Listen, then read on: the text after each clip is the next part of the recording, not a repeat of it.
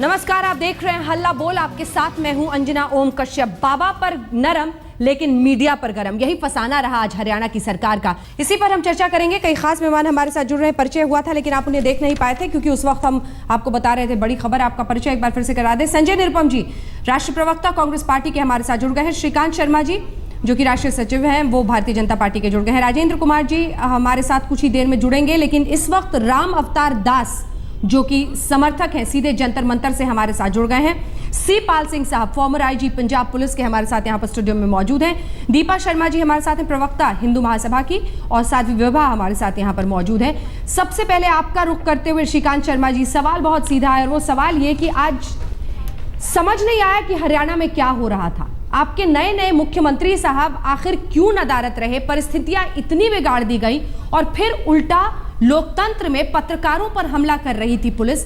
ये दिन दिखाने थे। ये आपके अच्छे दिन वाला पैकेज है। देखिए, सबसे पहले तो मैं आपको कहूँगा, जिन पत्रकारों पर जो लाठियाँ चोट जिनको आई हैं और जिन पर जाने अनजाने में जो भी कार्रवाई वहाँ हुई है, हमला हुआ है, उसकी मैं कड़े शब्दों में इसकी निंदा करता हूँ। और जो भी अधिकारी इसमें संलिप्त हैं, और माननीय मुख्यमंत्री जी से हमने कहा है कि उनके खिलाफ कार्रवाई की जाए। अब आते हैं मुद्दे पर। नहीं, अभी मुद्दा खत्म नहीं हुआ। शब्दों से मत ढकिए जाने अनजाने। जो पुलिस वाले वहां पर लाठी बरसा रहे थे पत्रकारों पर, श्रीकांत शर्मा जी, तस्वीरें अगर आपने भी नहीं देखी है, बीजेपी के जिन नेताओं से बात कीजिए, किसी ने तस्वीर नहीं देखी है, वो जानबूझकर पत्रकार के आईडी देखने के बाद, उनके हाथ में माइक देखने के बावजूद लाठी डंडों से पीट रहे थे उन्हें। इतनी हिम्मत कैसे हो गई पुलिस को? अगर आखिर वहां कोई सरकार है या नहीं है? अंजना जी, मैं पूरे घटनाक्रम पर हम लोग नज़र बनाए हुए हैं और मैंने पूरे घटनाक्रम को देखा है। और जिस तरीके से वहाँ पत्रकारों को ज़बरदस्ती, वहाँ आज तक के पत्रकार पर लाठी चार्ज की गई, एक पुलिस वाला उसको मार रहा है, वो भी मैंने देखा है। और कैमरामैन किस तरीके से घायल हुआ है, वो भी मैंने देखा है। और सब मेरे मित्र हैं, मैं लंबे समय से इनके बीच में ही रहा हूँ, तो इसलिए मैंने सबसे पहले इसकी निंदा की है। और जो लोग भी इसमें शामिल, उनके खिलाफ कार्रवाई हो, ये भी हमने माननीय मुख्यमंत्री जी को कहा है। लेकिन ये घटनाक्रम जो हुआ है, उसमें ये घटनाक्रम 10 तारीख को बाबा को सम्मन जारी हुआ। 10 तारीख को बाबा नहीं शामिल हो पाए, अदालत के सामने नहीं आ पाए। 17 तारीख को बाबा को आना था, और आज प्रशासन उनको सम्मन तामील करने गया, उनको अरेस्ट करने गया। और ये वहाँ आमने सामने का कार्रवाई हुई। जिस तरीके से आपने देखा आश्रम से किस तरीके से पत्थर फेंके जा रहे थे, किस तरीके से गोलियां वहाँ चली, उसमें एक पुलिस वाले को गर्दन में गोली भी लगी है। और 72 पुलिस वाले इसमें, अंजना जी, बहुत बुरी तरह से जख्मी हुए हैं।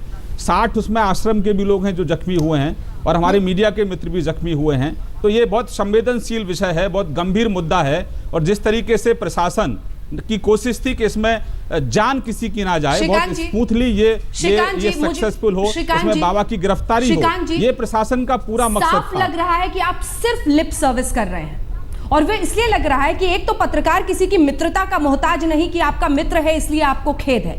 सबसे बड़ा सवाल यह है कि वहां की पुलिस पीटती रही, टीवी पर चलता रहा, रिपोर्टर्स को लेकर पुलिस चली गई, लेकिन आपकी सरकार की तरफ से कोई इंटरवेंशन ही नहीं हुआ।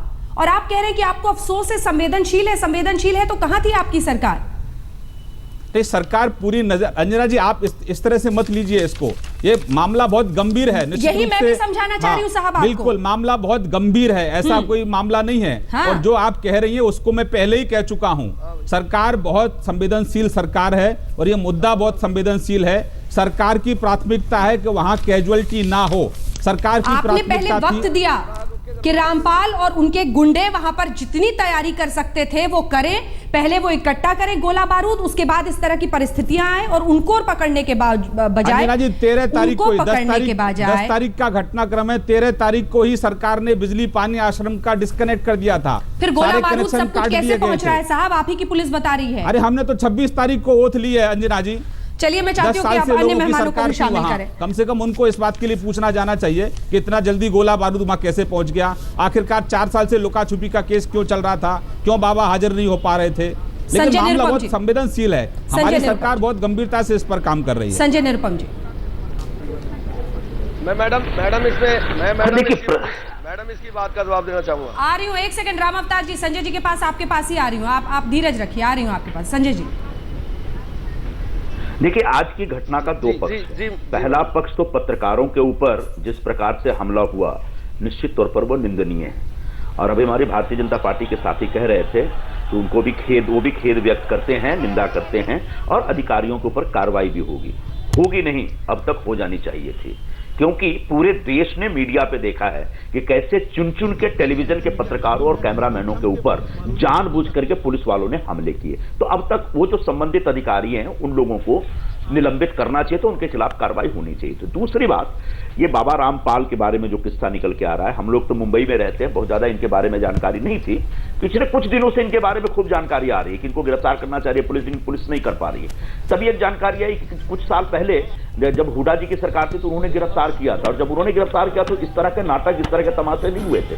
तो कहीं ना कहीं प्रशासन ने इस पूरे प्रकरण को जितनी गंभीरता से, जितनी संवेदनशीलता के साथ हैंडल करना चाहिए था, नहीं कर पाई। और आज नतीजा ये है, कहीं पानी काट रहे हैं, बिजली काट रहे हैं, वहां पर गोले हो गए, तो वहां पर हथियार जमा हो गए हैं, और एक सैनिक छावनी सी वहां पर बन गई है। मेरी जो जानकारी है कि मेरे ख्याल से 30,000 के आसपास पुलिस वाले वहां पर खड़े हैं, चारों तरफ से घेरे हुए, और पैरामिलिट्री फोर्सेस भी वहां पहुंची हुई है।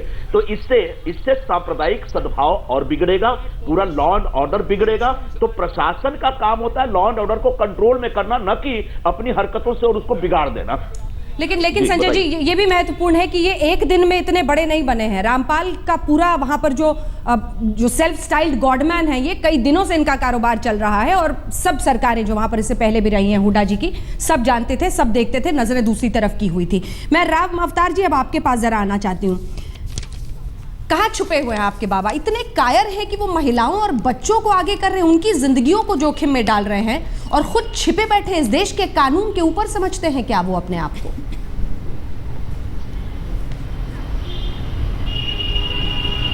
मैडम, आप मेरी छोटी बहन की तरह है। मैं एक तो आपसे प्रार्थना करना चाहूंगा कि अच्छे शब्दों का प्रयोग हो तो अच्छा है। संत रामपाल कहीं छुपे नहीं है, वो एक धार्मिक गुरु हैं और अपने प्रवचन देते रहे हैं। अरे भाई, ये भाई और बहन बनाने की जरूरत नहीं है। मेरा नाम अंजना है, मेरा नाम अंजना है, और मेरा सवाल आपसे ये है कि जो शख्स अपने सामने में, जो शख्स अपने सामने महिलाओं और बच्चों की शील्ड बना रहा है, सुरक्षा के लिए महिलाओं और बच्चों का इस्तेमाल कर रहा है, आखिर क्यों वो इतना कायर है कि इस देश के कानून का सामना करने से भाग रहा है? मैडम, आप अपने शब्दों का अच्छी तरह प्रयोग कर सकते हैं, कायरता की बात कह सकते हैं। एक संत के श्रद्धा के प्रति अपना श्रद्धा प्रकट करना, मैं यही कह रहा हूं। मैम, श्रद्धा प्रकट करना गुनाह है तो हम श्रद्धा प्रकट कर रहे हैं। लेकिन मैं एक बात कहना चाहूंगा, ये सरकार पूरी तरह फेलियर रही। पिछली बार, अब तो ये बम्बों की बात कर रही है, गोलियों की बात कर रही है, पत्रकारों के सामने ऑपरेशन नहीं होने दे रही है। सवाल का जवाब, सबसे बड़ी बात इस वक्त जो है, सवाल का जवाब, कि सरकार ने खुद मेडिकल। राम अवतार जी, आप भी अपने ही बाबा की तरह भाग रहे हैं सवाल का जवाब देने से।